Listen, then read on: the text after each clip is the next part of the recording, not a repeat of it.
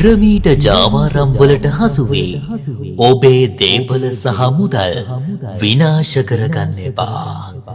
කෙටි කලකින් වැඩි ලාභ දෙන බව පවසන මෙවැනි වංචාවන් පිළිබඳව නිරතුරුව අවධානයෙන් සිටින්න. මතක තබා ගන්න. පිරමීඩ ජාවාරම් මෙරට නීතියෙන් තහනම්.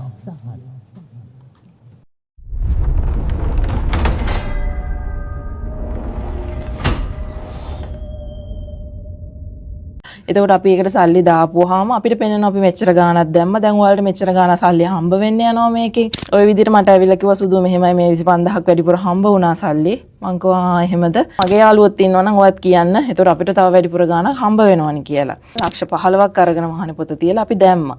ඇත්තටම සර් අපි ලක්ෂ 15 දැම්මට පස්සේ අපිට ඒ ලක්ෂ 15ට මේ ලොකු ගාණක් හම්බ වුණා මාසෙට. සල්ලි වැටෙන දිනේට නෙමෙයි යාළුවට දැන් ඇප් එකට ලොග් වෙන්න බෑනේ වෙබ්සයිට් එකට. මේ මට කිව්වා මිනිහ බාර ගන්න මෙහෙ ලංකාවට එවන්න ඕනේද කියන එක අහුවා. නීත්‍යානුකූල නොවන මේ වගේ පිරමීඩ කිසිම ජාවාරමකට සම්බන්ධ වෙන්න එපා කියලායි මම කියන්නේ සර්.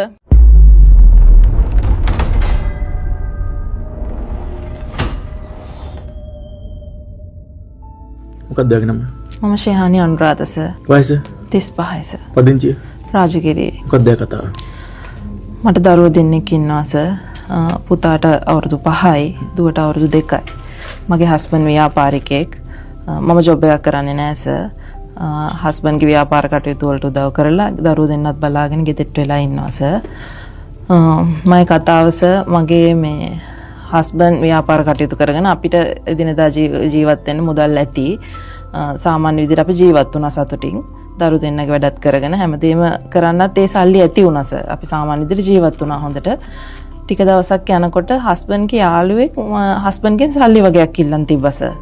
ඊට පස්සේ ඒ සල්ලි අරගෙන මාසයක් විතර යනකොට ඒ සල්ලිත් එක්කම සල්ලි තව ටිකක් වැඩිපුර දීලා තිබ්බා සර්.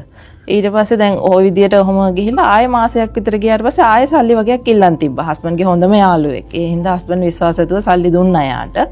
මටත් කිව්වා දෙනවා කියලා.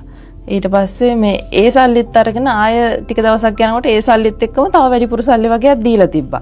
ওই විදියට සර් කීප වතාවම හස්බන්ඩ්ගෙන් සල්ලි ඉල්ලගෙන තිබ්බා. ඒ යාළුවා. ඊට පස්සේ සර් මේ හස්බන්ඩ්ගෙන් සල්ලි ඉල්ලගෙන තිබ්බා. ඊට පස්සේ හස්බන්ඩ්ට දැන් මේක ප්‍රහෙලිකාවක් වගේ වුණා කොහොමද මේ සල්ලි හොයාගත්තේ කියලා. ඊට පස්සේ හස්බන්ඩ් අහලා තිබ්බා මේ කොහොමද මචං ඔබ මේ සල්ලි දෙන්නේ කියලා. ඊට පස්සේ එයා කියලා තිබ්බා මේ මෙහෙම මුදල් ආයෝජන කිරීමක් තියෙනවා. මම ඒකට සල්ලි දාපුවාම 150ක් විතර වැඩිපුර සල්ලි අපිට හම්බ වෙනවා. ඒ කියන්නේ අපි දාන මුදලට වඩා දැම්මම 150ක් විතර සල්ලි හම්බ වෙනවා කියලා තිබ්බා සර්. ඊට පස්සේ හස්බන්ඩ් කියලා තිබ්බා උඹටත් පුළුවන් ඕන නම් මේ විදිහට සල්ලි දාන්න මම ඒක සෙට් කරලා දෙන්නම් කියලා. ඊට පස්සේ හස්බන්ඩ් අර මුලින්ම ලොකු කැමැත්තක් දක්වලා තිබෙත් නෑ. ඊට පස්සේ දැන් මේ විදිහට සල්ලි අරගෙන වැඩිපුර දෙන හින්දා හස්බන්ඩ් ඇවිල්ලා මගෙන් ඇහුවා මෙහෙම දෙයක් තියෙනවා. මෙහෙම සල්ලි වැඩිපුර හම්බ වෙනවා. මොකද කියන්නේ අපිත් කරමුද මේ වැඩේ කියලා ඇහුවා. මම මුලින්ම එහෙම කැමති වුණේ නෑ සර් මේ වැඩේට. මම මුලින්ම අකමැති වුණා. ඊට පස්සේ හස්බන්ඩ් කිව්වා මේ අපිට මං කිව්වා ඉතින් අපිට සල්ලි ඇතිනේ ජීවත් වෙන්න. ඒ නිසා අපිට ඉතින් ඕනේ අපි මේ විදිහට ජීවත් වෙමු. ඔයාගේ ව්‍යාපාර වලින් හම්බෙන සල්ලි ඇතිනේ කියලා. ඒත් හස්බන්ඩ් දිගින් දිගටම කිව්වා මෙහෙම ඉතින් අපිට ඉස්සරහට දරුවෝ ඉස්කෝලේ දානකොට සල්ලි වැඩිපුර ඕන වෙනවා. ඒ හින්දා අපි කීයක් හරි වැඩිපුර ඉතුරු කරමු මේ වැඩේ කරලා කියලා.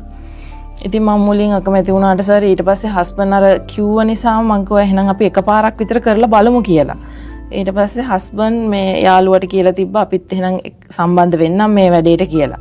ඊට පස්සේ යාළුවා මේ හස්බන්ඩ්ගෙන් සල්ලි ලක්ෂයක් විතර ඉල්ලලා තිබ්බා මේ වැඩේ පටන් ගමු කියලා. ඊට පස්සේ හස්බන්ඩ් යාළුවට ලක්ෂයක් සල්ලි දීලා තිබ්බා. ඊට පස්සේ ලක්ෂය දීලා තිබ්බට පස්සේ කොහොම හරි සති 3ක් වගේ යනකොට ඒ ලක්ෂෙත් එක්කම තව 25000ක් විතර වැඩිපුර අපිට සල්ලි හම්බ වුණා. ඒ ලක්ෂයේ ඒ 25000ත් අපිට දීලා තිබ්බස.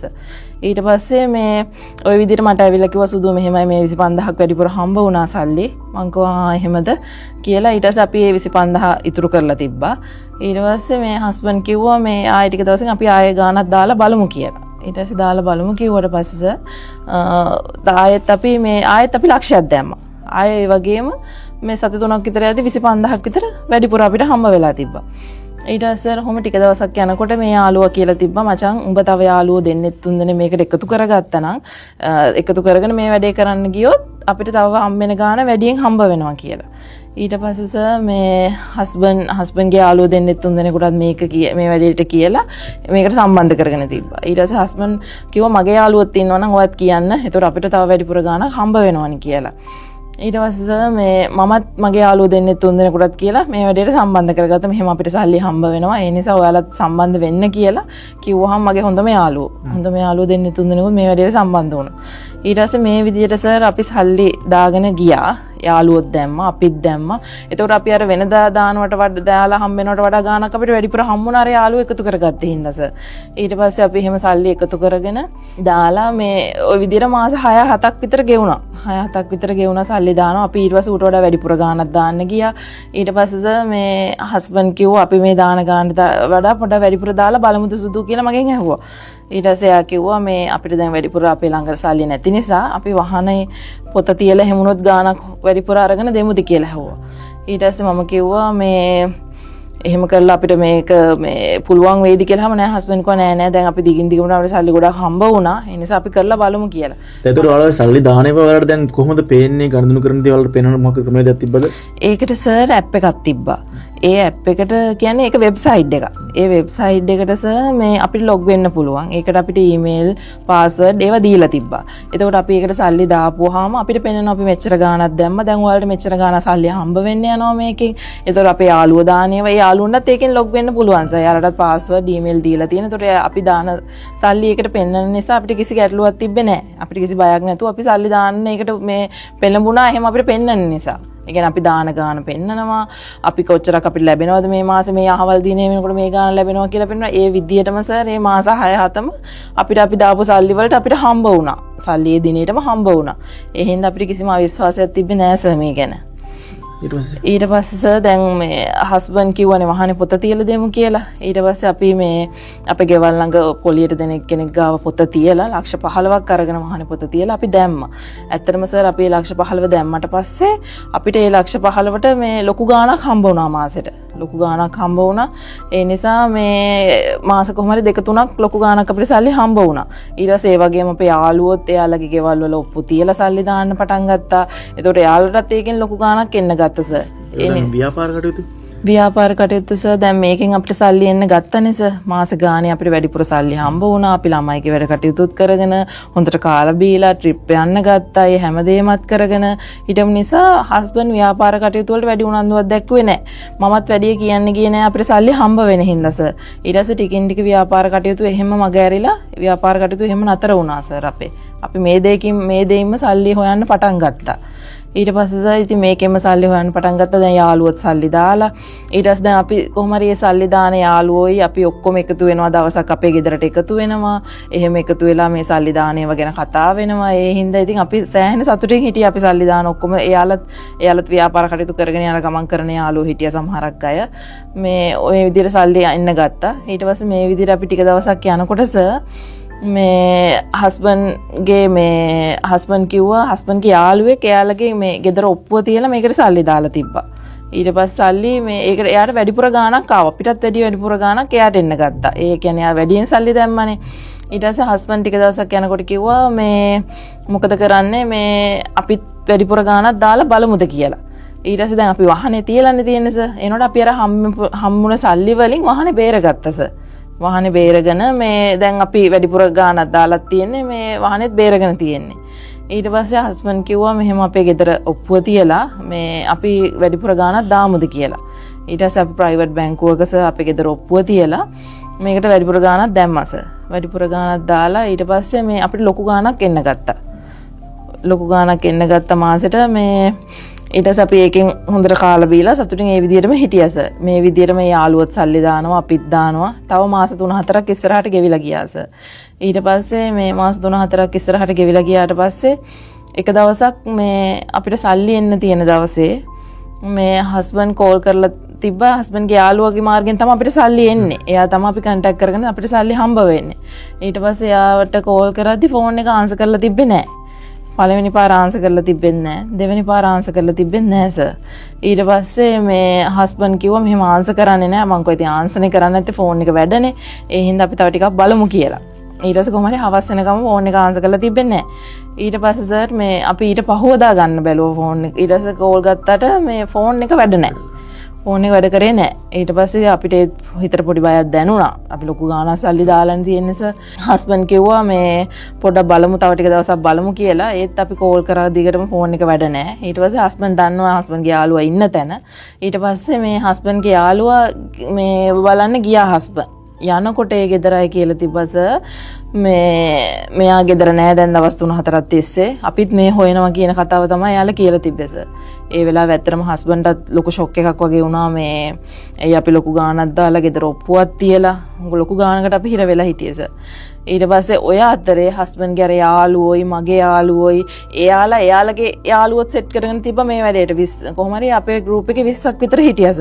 ඊට පස්සේ එයාලගේ යාළුවොත් කතා කරන්න ගත්තා අපිට මේ සල්ලි ඉල්ලලා අපිනේ දැන් ඒ යාළුවෝ මේකට යොමු කරේ. ඊට පස්සේ එයාලත් කෝල් කරන්න ගත්තා මේ කෝසල්ලි මේ ඇප් එකට එයාලා සල්ලි වැටෙන දිනේට නෙමෙයි එයාලට දැන් ඇප් එකට ලොග් වෙන්න බෑනේ වෙබ්සයිට් එකට. ඒ නිසා එයාලත් දිගින් දිගටම අපිට කෝල් කරන්න ගත්තා සර් මෙහෙම ඇප් මේකට මෙහෙම අපිට දෙන්න උත්තරයක් නැහැ. ඇත්තටම අර යාළුවා කතා කරන්නේත් නැහැ. අපිට සල්ලි දෙන්න විදියකුත් නැහැ. ඊට පස්සේ ඔහොම දවස් දෙක තුනක් තව ඉස්සරහට යනකොට අර යාළුවස අපේ ගෙදරට එන්න ගත්තා. මොකද එයාලත් දැන් බය වෙලා එයාලත් එයාලගේ ගෙවල් තියලා උගස් තියලා මේ සල්ලි දාලා තියෙන. ඊට පස්සේ අර ගයක් එහෙම උගස් තියලා දාපු ඒ යාළුවස අපේ ගෙදරත් ආවා. ගෙදර ඇවිල්ලා රණ්ඩු වෙන්න ගත්තා. මගේ ළමයි දෙන්න අඬන්න ගත්තා සර්. ඒ රණ්ඩු වෙනවට බය ළමයි අඬන්න ගත්තා. මේ ඊට පස්සේ ඔහොම යනකොට සර් මේ සෑහෙන රණ්ඩු අපි දෙන්න අතරත් රණ්ඩු. ඊට පස්සේ මේ ගමේ වටපිටාවේ මිනිස්සුත් බලාගෙන ඉන්නවා අපිට. අපි ඇත්තටම හොඳට ජීවත් වුණ පවුලස්ස දරු දෙන්නත් එක්ක අපි සතුටින් ජීවත් වුණා. ඊට පස්සේ මේ දැන් ওই විදියට යනකොට දැන් අර යාළුවොත් එන්න ගත්තා අපේ ගෙදරට ඇවිල්ලා මෙහෙම රණ්ඩු වෙනවා. දැන් අපිට ඉඳු හිටුන් නෑස. ඊට පස්සේ හස්බන්ඩ් විමායි කතා වෙලා අපේ වහනේ තිබ්බනේ. වහනේ විකුණවුවා. වහනේ විකුණලා අර යාළුවෝ කීප දෙනෙක්ගේ සල්ලි ටික දුන්නා. සම්පූර්ණ සල්ලි දෙන්න තරම් අපිට සල්ලි තිබ්බේ නෑ. ටික දුන්නා. ඊට පස්සේ අපි දැන් ගේත් මාස 3ක් ප්‍රයිවට් බැංකුවක තියලා තිබ්බේ. මාස 3ක් යනකොට සින්න වෙනවා ගේ. අපි පොලි බැඳේ නැත්තා. ඊට පස්සේ සර් මේ මාස 3ක් යනකොට සින්න වෙන හින්දා අපි අර වහනේ සල්ලි වලින් එක පොලියක් දැම්මා මාසෙක ගෙදරට. ඊට පස්සේ දැන් අර යාළුවා ආයෙත් එනවා සල්ලි හොයාගෙන අපි මෙච්චර දාලා තියෙනවා අපි කොහොමද කරන්නේ? ඒ යාළුවාගේ දරුවෝ අරගෙන එනවා අපේ ගාවට අපි දරුවන්ට කන්න දෙන්නේ කොහොමද? මොකද මේ මිනිස්සු සෑහෙන සල්ලි දාලා තිබ්බා මේකට. ඊට පස්සේ සර් මේ අපිට දැන් ගෙදර ඉන්න බැරි තත්ත්වයක් උදා වෙලා තිබ්බේ. ඊට පස්සේ මේ හස්බන්ඩ් කිව්වා අපි මොකද කරන්න කියලා. අපි එහෙමනොත් මේ ගමේ යන් කිව්වා හස්බන්ඩ්ගේ ගෙදර. මගේ අම්මයි තාත්තයි නෑ සර්. මගේ සහෝදරයෝ 3 දෙනෙක් විතරයි ඉන්නේ. එයාලා ගාවට මට යන්න විදියක් නෑ. එයාලා වෙනම පවුල් ජීවිත ගත කරනවා. මේ හස්බන්ඩ්ගේ අම්මා විතරයි ඉන්නේ තාත්තා නෑ. හස්බන්ඩ්ගේ අයියා කෙනෙකුත් ඉන්නවා ඒ ගෙදර. ඒ වගේම අක්කලා ඉන්නවා වටපිටාවේ. ඊපස්සේ මේ අපි මහ ගෙදර ගියා.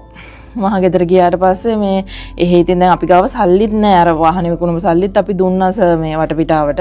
ඒ වගේම අපි එකතු කරගෙන සල්ලි හිටියානේ. ඒවත් අර යාළුවන්ට දුන්නා අපි. නැත්නම් අපිට බේරුමක් නැති නිසා ඒත් සම්පූර්ණ සල්ලි දීලා දෙන්නත් බෑ සර් අපිට. ඊට පස්සේ කොහොම හරි මේ එහෙට ගියාට පස්සේ මේ අපි ගියා කියලා කොහොම හරි යාළුවෙකුට ආරංචි වෙලා ගමේ ගියා කියලා. එහෙටත් කෝල් එන්න ගත්තා. මේ හස්බන්ඩ්ගේ අයියලාට කෝල් ගන්න ගත්තා. ඔහොම අයියලාගේ නම්බර්ස් හොයාගෙන යාළුවටත් ප්‍රශ්න කරන් එක ප්‍රශ්න ආවා අපි හින්දා. ඊට පස්සේ කොහොම හරි මේ ඔහොම ඉන්න අතර අපි සතියක් විතර හිටියා ගමේ.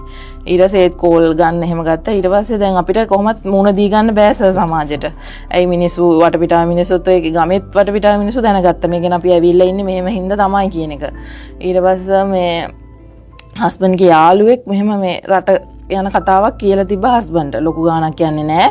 මෙහෙම යන්න පුළුවන් කියලා මේ රටකට යන්න පුළුවන් කියලා තිබ්බා. ඊට පස්සේ හස්බන්ඩ් මේ සති දෙකක් විතර කොහොම හරි try කරලා උත්සාහ කරලා එයා પાස්පෝර්ට් හදාගෙන හිටියේ කලින්ම මේ ගියා සර් රට ගියා. රට ගියාට පස්සේ මේ රට ගිහිල්ලා සතියක් විතර කතා කරා සර්. රට ගියා කියලා කිව්වා. ගියා කියලා දැන් අර ප්‍රශ්න මැද්දේ මම අර මහ ගෙදර ඉන්නේ හස්බන්ඩ්ගේ අම්මත් එක්ක විදියක්. අම්මත් අනම්මනම් කියනවා ඉතින් මගේ පුතාව විනාශ කරාරම මේවා කියලා වචන කියනවා මට. ඒවත් අහගෙන මම දරු දෙන්නත් තියාගෙන ඊට මට යන්න ඉන්න තැනක් නැහැ. ඔය අතර සර් ඉතින් අපේ ගේට් සින්න වුණා මාස 3ක් ඇතුළත මේ අපිට පොලි දී ගන්න බැරුණා මාස 2-3ක් හිර වුණා. දැන් මේ දේවල් එක්ක ඒවා නීති හමුට ආවේ නැත්තේ. නීති හමුවට සර් මට එන්න විදියක් නැහැ. මොකද අපි මේක කිසිම නීති අනුකූල භාවයක් නැහැ මේ සල්ලි දීපු එක. වෙබ්සයිට් එකක් මාර්ගෙන් මේ සල්ලි දැම්මේ. ඒ හින්දා කිසිම නීති අනුකූල බවක්වත් සල්ලි දුන්න මේ ක්‍රමවේදයක්වත් රිසිට් එකක්වත් එහෙම කිසි දෙයක් අපි ගාව නැහැ සර්. ඒ හින්දා අපිට මේක මේ ගිහින් පොලිසියට කියන්න පුළුවන්කමක් තිබ්බේ නැහැ මේ වංචාව ගැන. ඊට පස්සේ දැන් හස්බන්ඩ් අර යාළුවෙක්ගේ මාර්ගෙන් ගියානේ රට ගිහිල්ලා එයා සතියක් ගිය දවසේ කතා කරා. ඒ වගේම සතියක් විතර කතා කරා. දරු දෙන්නයි මාත් එක්ක කතා කරා සර්. සතියක් විතර ගියාට පස්සේ මේ එයා ෆෝන් එක ආන්සර් කරේ නෑ ආය. කෝල් ගන්න විදියකුත් නෑ. ඒ රටේ කන්ටැක්ට් කරගන්න විදියකුත් නෑ. අර යාළුවගෙනුත් ඇහුවාම ඒ යාළුවන්ගෙන් ඒ ඇහුවට උත්තරයක් තිබ්බේ නෑ කිසිම. කන්ටැක්ට් කරගන්න බැරි වුණා. මට හිතා ගන්න බැරි වුණා සර් මේ මොකක්ද උනේ කියලා. ඊට පස්සේ හස්බන්ඩ්ගේ ගෙදර ඒ අම්මලාත් මට බනින්න ගත්තා කෝ මගේ පුතා කියලා මගෙන් අහන්න ගත්තා. අර දරු දෙන්නත් එක්ක මම සෑහෙන අසරණ වුණා සර්. මොකද මේ දරු දෙන්න අහනවා කෝ තාත්තා අම්මේ කියලා එහෙම අහනවා. ඊට පස්සේ කොහොම හරි එක දවසක් උදේ මේ මට ඒ රටින් කෝල් එකක් එනවා සර්. ඇවිල්ලා මට කියනවා මේ මගේ හස්බන්ඩ් නැති වෙලා කියලා. නැති වෙලා මිනිහ බාර ගන්න කියනවා සර්. මිනිහ බාර ගන්න එන්න කියනවා. මට සර් ඒ වෙලාවේ කර කියා ගන්න දෙයක් නැති වුණා. මගේ අර ෂූටි දරුවෝ දෙන්න මතක් වුණා මම මොකද ඒ දරුවන්ට දෙන උත්තරේ කියලා සර්. ඊට පස්සේ මට දැන් මේක ගෙදරට කියන්නත් බෑ. මොකද කිව්වොත් අර අම්මා මට ඉන්න දෙන්නේ නැහැ. ඒත් මම නොකිය ඉන්නත් බෑ. ඊට පස්සේ මම අම්මට කිව්වා මෙන්න මෙහෙම දෙයක් වෙලා අම්මේ කියලා. ඊට පස්සේ අම්මත් කෑ ගහලා අඬන්න ගත්තා. ඊට පස්සේ මගේ දරුවෝ දෙන්නට මට උත්තරයක් දී ගන්න විදියක් නැහැ. කොහොම එයාලට තේරෙන්නේ නැහැ සර්. ලොකු දරුවට අවුරුදු 5යි යාට ටිකක් තේරෙනවා. අම්මි කෝ තාත්තා කියලා අහනවා මගෙන්. මම මේ මට කිව්වා මිනිහ බාර ගන්න මෙහෙ ලංකාවට එවන්න ඕනේද කියන එක අහුවා. මට ඇත්තටම මෙහෙට එවලා සර් මට මේ මිනිහ වැඩ කටයුතු කරන්නවත් මගේ අතේ සල්ලි නැහැ සර්. මට මගේ හස්බන්ඩ්ගේ මූණ අන්තිමට දැක ගන්නවත් විදියක් නැහැ. මොකද ඒක දැක ගන්නවත් මගේ අතේ සල්ලි නැහැ. එයාගේ අවසන් කටයුතුවත් කරන්න.